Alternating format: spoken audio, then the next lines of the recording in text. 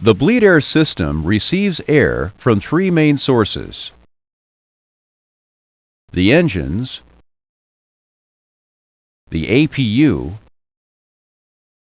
and ground pneumatic sources. Bleed air from the engines, APU, and ground sources is supplied to using systems through bleed air ducts. The following components and systems use bleed air: air-driven hydraulic pumps, wing anti-ice, cargo heating, engine and APU starting, air conditioning packs, potable water pressurization, hydraulic reservoir pressurization, and trim air.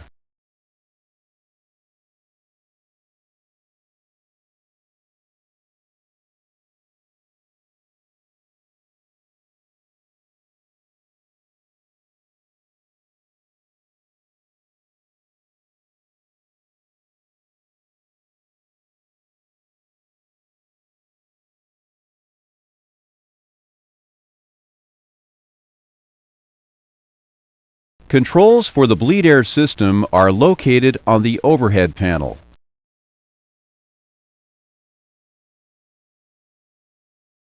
These switches control bleed air isolation. These switches control engine bleed air, and this switch controls APU bleed air. Let's discuss the APU bleed air system in more detail.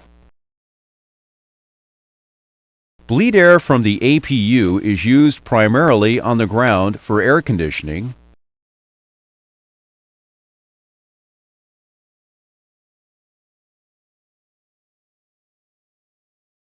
and engine starting.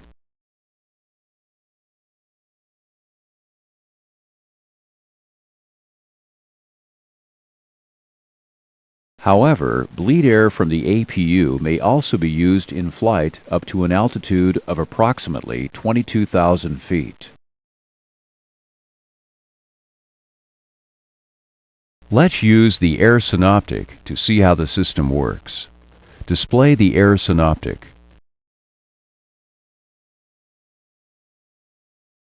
The APU bleed air switch is normally left in the auto position for automatic operation.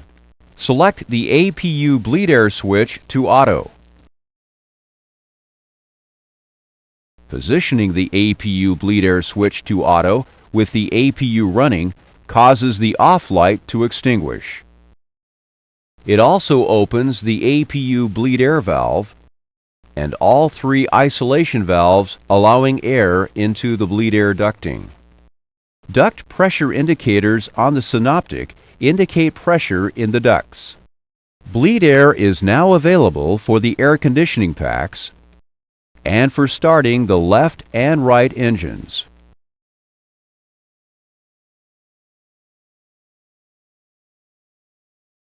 Let's discuss engine bleed air operation. Bleed air from the engine comes from the low pressure or LP section.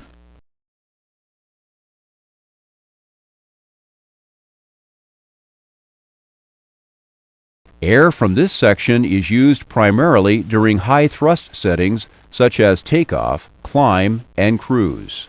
Bleed air also comes from the high pressure or HP section.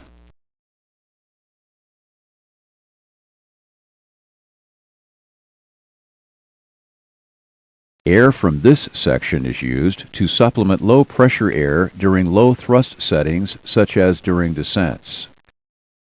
The engine bleed air system is controlled by the Air Supply and Cabin Pressure Controller, or ASCPC. The ASCPC opens and closes the high pressure or HP valve. It modulates the pressure regulating and shutoff control valve, or PRSOV. And it limits bleed air temperature in the ducts by modulating the PRSOV. Watch what happens as the system responds to an increase in bleed air temperature.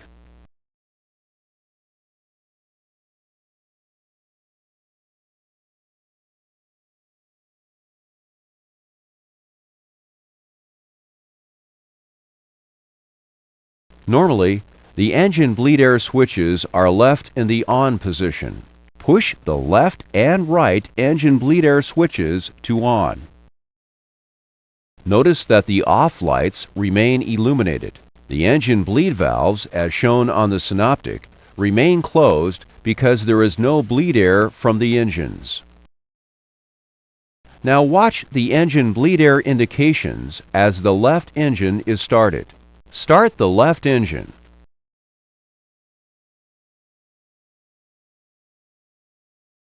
Notice that the left engine start valve is now open. It opened when you positioned the start switch to start. During engine start, bleed air to using systems such as packs is automatically shut off. When bleed air is available from the engine bleed valve opens.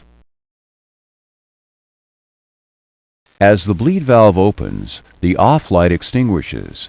In this condition, bleed air from the left engine supplies the using systems. If the other engine is not started within a short time, the packs resume normal operation automatically. When an engine is supplying bleed air, the APU bleed air valve closes. The APU bleed air off light remains extinguished when the APU bleed switch is in auto and the bleed valve is performing its normal automatic operation. Now touch the green arrow to watch as the right engine is started for you.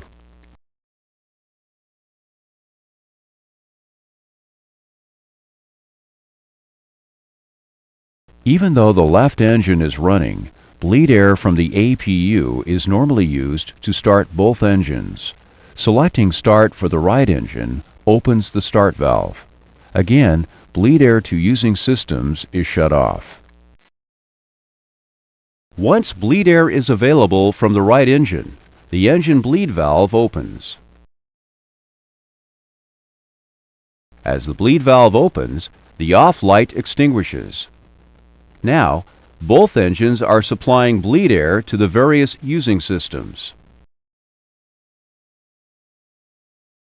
These switches control bleed air isolation and are normally left in auto.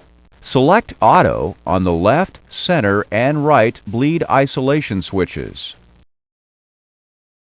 With the bleed isolation switches in auto, the closed lights remain extinguished when the isolation valves are performing their normal automatic operation. During normal operation, the bleed isolation switches send an enabling signal to the ASCPC. The ASCPC controls the position of the bleed isolation valves. Next, take a look at several situations where the bleed isolation valves are controlled automatically. When a ground air cart is supplying bleed air, the left, center, and right isolation valves are open. If the APU is supplying bleed air with the engines off, all three isolation valves are open. During left engine start, the right isolation valve closes and the left and center isolation valves open. During right engine start, the left isolation valve closes and the center and right isolation valves open. During a cross bleed start, the ASCPC automatically opens all three isolation valves. And finally, during engine out operations, all isolation valves are open.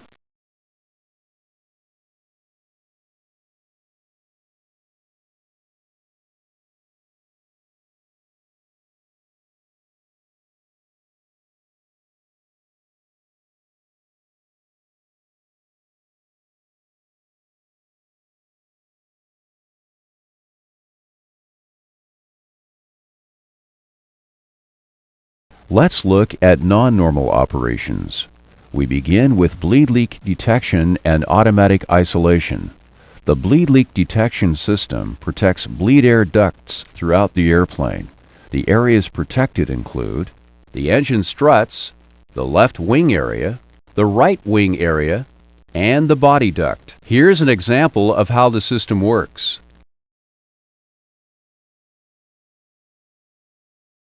A leak is detected in a duct.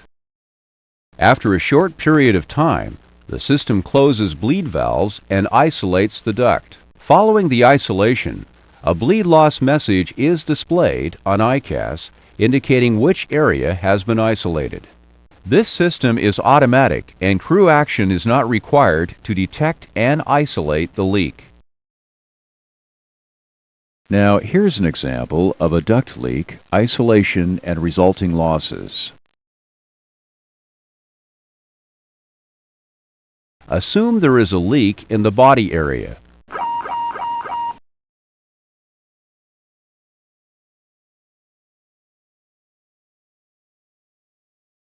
The caution message, bleed leak left, is displayed on ICAS. The system begins an isolation routine and for a few minutes manipulates valves as it isolates the leak. After the system isolates the duct and the leak is no longer detected, the ICAS advisory message, bleed loss body left, replaces bleed leak left on ICAS. Notice that the isolation routine has shut off the air supply to several systems, including the hydraulic C1 demand pump and the aft and bulk cargo heating. In this configuration, cross-bleed start capability and APU air are not available. Let's look at some of the other non-normals. We begin with the APU. If a system fault occurs, such as bleed air over temperature or over pressure, the first thing you see is the advisory message, bleed off APU, displayed on ICAS. Simultaneously, the off light illuminates, and the APU bleed valve closes. Given this condition, bleed air from the APU is not available, and crew action is not required. The engine bleed air non-normal procedures are similar to the procedures for the APU. If a system fault occurs, such as bleed air over temperature or over pressure, the first thing you see is the advisory message, bleed off engine, displayed on ICAS. The off light illuminates, and the engine bleed valve closes. Again, crew action is not required. Isolation valves can fail either open or closed. Look what happens when an isolation valve fails open. First, an advisory message is displayed on ICAS. In this example, the message is bleed isolation open center. As you can see on the synoptic, the center isolation valve remains open when it should be closed for normal operation. There is no loss of system functionality and crew action is not required. For our last non-normal, consider the following. Isolation valves can fail closed due to mechanical failure or due to a system fault. If a fault occurs, an ICAS advisory message alerts you to which valve has failed. In this example, the right isolation valve has failed closed. On the bleed air panel, the respective closed light illuminates. During normal operations, the left and right isolation valves are commanded open. In this example, the right isolation valve is not in its commanded open position. Also note that cross-bleed start is not available.